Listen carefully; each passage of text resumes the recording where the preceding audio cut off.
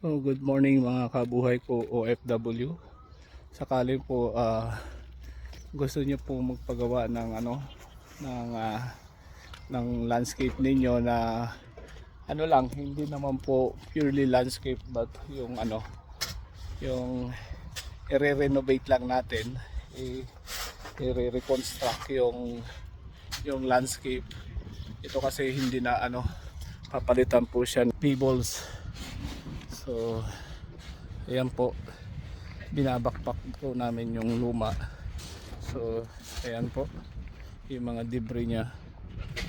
So ito naman po yung AP20 para po sa base natin dito ilalagay bago po tayo mag weed mat, i-weed.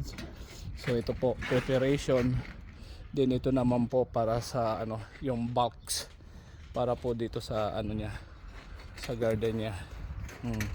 So gumamit po tayo dyan ng heavy plastic for aging. Ito kasama na po yung metal, so heavy po siya. So ito po yung weed mat. So ayan po, piniprepare po natin, hopefully na hindi po umulan. So ayan po, preparation. So samahan niyo po ako, suportahan niyo po ang ating business, yung AGR Lawn Care Services. At tayo po ay nire-renovate po natin yung landscape ng ating client.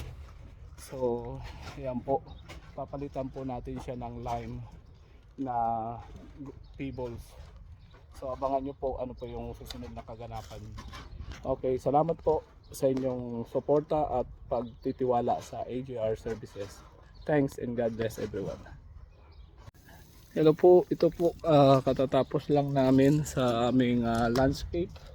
So ayan po. So ito po yung pinali. So ayan po. Naka siya, pebbles na cream. Ayan po. Then ito naman yung side namin, ginamitan namin siya ng ng power plastic na pang na pwedeng ma-bend. Ayan po.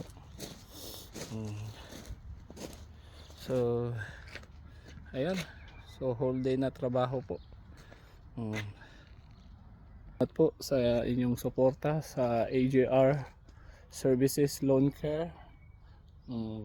So finally, well done team. Thank you and God bless.